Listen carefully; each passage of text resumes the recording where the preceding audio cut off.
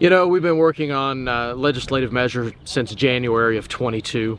Obviously, our goals have shifted a little bit regarding location, and now that we're zeroed in on, right in front of the Gallup headquarters, and we're really excited about that 18 acres right there and what that can be as far as the entryway into the metro, into the city.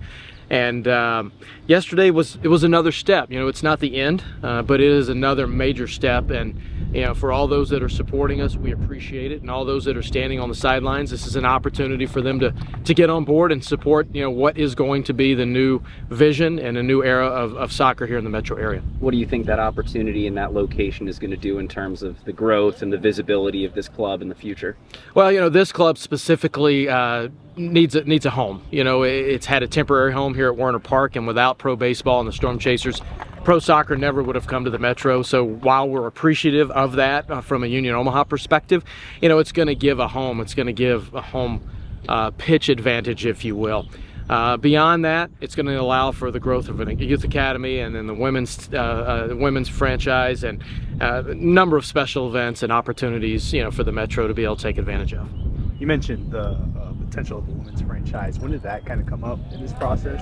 Well, we've been talking about it even when we started the conversation on pro soccer specific to Union back in 18 and 19, and it is difficult now to fill a full schedule at home at Werner, as we've played a number of matches at both Caniglia and Morrison. So it would be virtually impossible to do that here. So it's kind of been pushed, as the stadium process and stadium project process has pushed forward. So whether that's 26 or 27, it remains to be seen, but we're equally excited about that.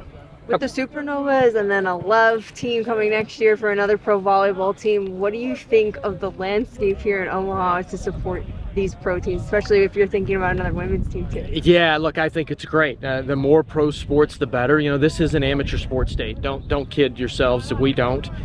So you have to operate a little differently than other markets and other states because AAA baseball is what has made it.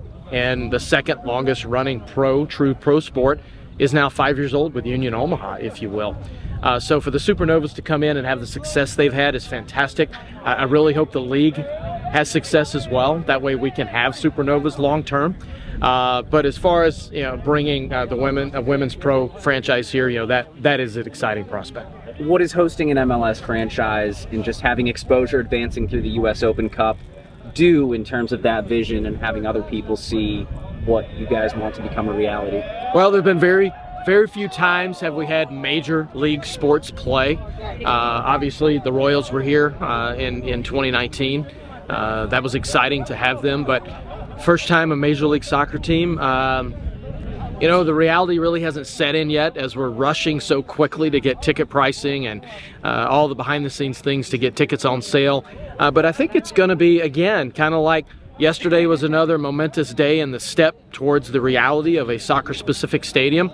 This is another reality of how real pro soccer is and has been, whether it's the U.S. Open Cup run of 22, whether it's the league championship in 21, or the regular season title last year in 23, or any number of players that have gone on to play in other, higher caliber professional leagues.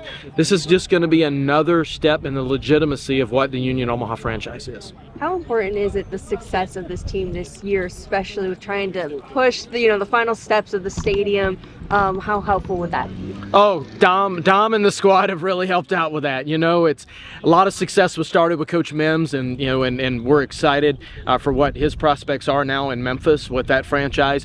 But now, with Coach Casciato being at the helm for 2 years now, he's helping navigate the ship along with what our vision was with the stadium. And who knows if it would be more difficult or less difficult if the team wasn't as competitive on the field. But we're undefeated right now, both in the USL table as well as with Open Cup. So let's keep it going. Let's keep it going tomorrow at home at 2 p.m. when we bring back Charlotte, and it's time to get a little payback for what happened last year in the semis here, and then as well as when we come back on the 8th when we play Sporting.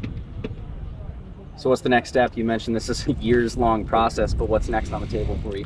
Well, you know, we're getting close to the end of what we need to have happen for the soccer stadium to break ground later in 24.